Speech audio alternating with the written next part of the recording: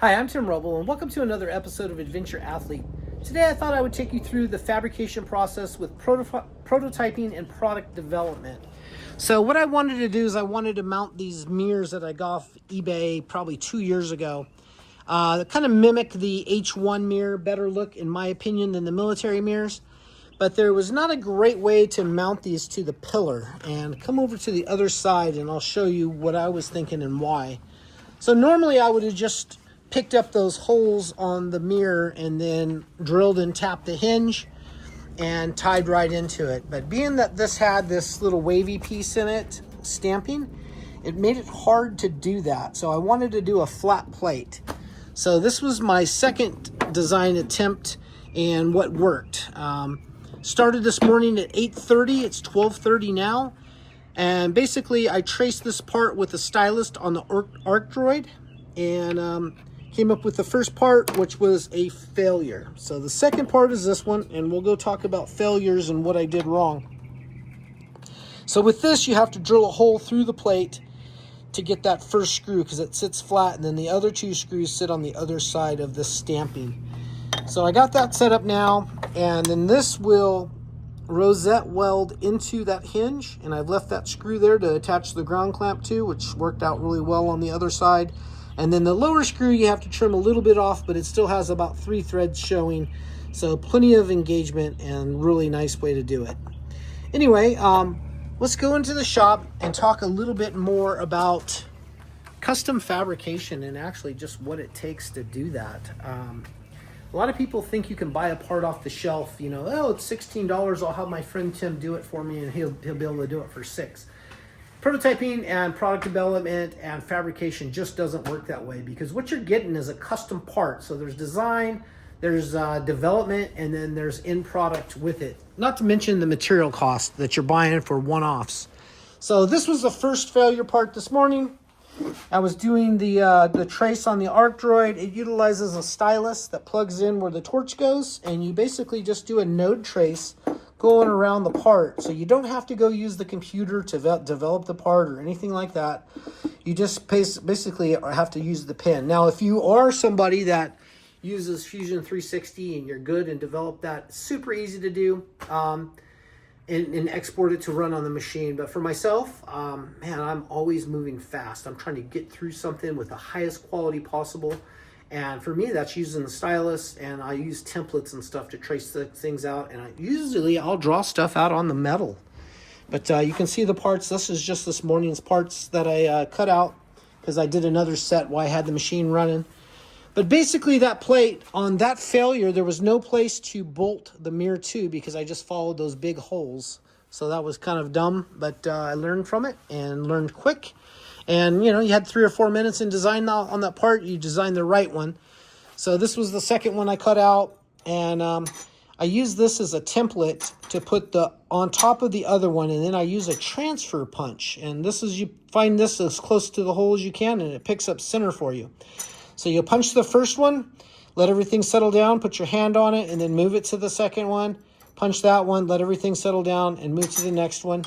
And identifying the screws, what screws came in that. I kind of assumed since that came from China it was going to be metric, and I was correct.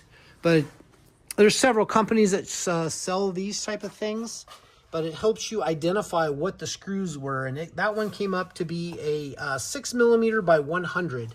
So you come over here to the taps, you get your glasses on, you get the magnifying glass out, you try to figure out which one is the 6 by 100. And as you use these taps through the years, it seems like it gets harder and harder to find the numbers. But found the 6-100. It takes a number 9 drill. So you come over here to the index, get a number 9, take this, get this all dialed in where you want it, drill your holes. Then you spin around here, and this is what's nice about a small shop. You spin around here, use the vise, hold the material in the vise, and then you do your taps. And now you have a part ready to go out. And this shop is kind of just a small footprint, small limited shop from what it used to be. Still was a 2-car garage, but I used to have the Tormach CNC mill, which I absolutely loved. Wish I still had it. Just wanted to create some more room for the things I actually use a lot. And then I had the Slant Pro lathe. I had a Bridgeport back in the back corner, which I can say I really don't miss. And then I had a big manual machine here.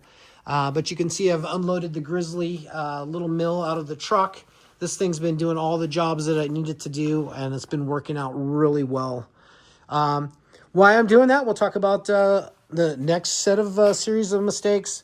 Cut the tabs out this morning, went out there, and they weren't high enough. I didn't take into account that I needed to tilt the front light. So this is a tab for the front light, and I welded those up on this ESAB Rebel 205 AC/DC. So this thing is a MIG, TIG, and stick, and it's got a foot pedal on it. And I have to say, I really don't usually like multi-process machines, but this one's pretty easy to switch over. I'm using it primarily now as a TIG, and it's worked great for what I needed to do.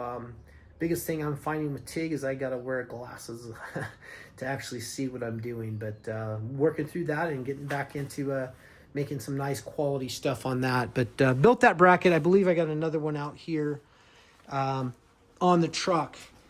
And this is what I talk about for prototyping and product development is, you know, it's a long process, and it's not easy.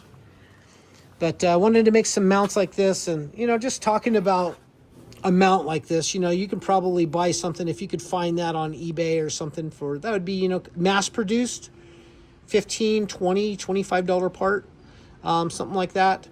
But that mounts in here. This isn't centered, but this mounts in here. And that'll allow that light to go up there. And now I'll drill and tap into that and into the grill shell and run some bolts down in that. And that'll set this whole thing up looking as a done product. So if anyone happens to want some of these door brackets, let me know. I'll figure out what the pricing is going to be on that. But I think that's a slick way to do mirrors on the Humvee and work through that process. So anyway, hopefully you guys learned something today. If you'd like to see something different or a little bit more on a process that I've done on this build or a process that I've done on other builds, hit me up down below. Leave me a comment if you would. Please like and subscribe. That's going to be it for now. I'm Tim Roble, and I'll catch you here next time.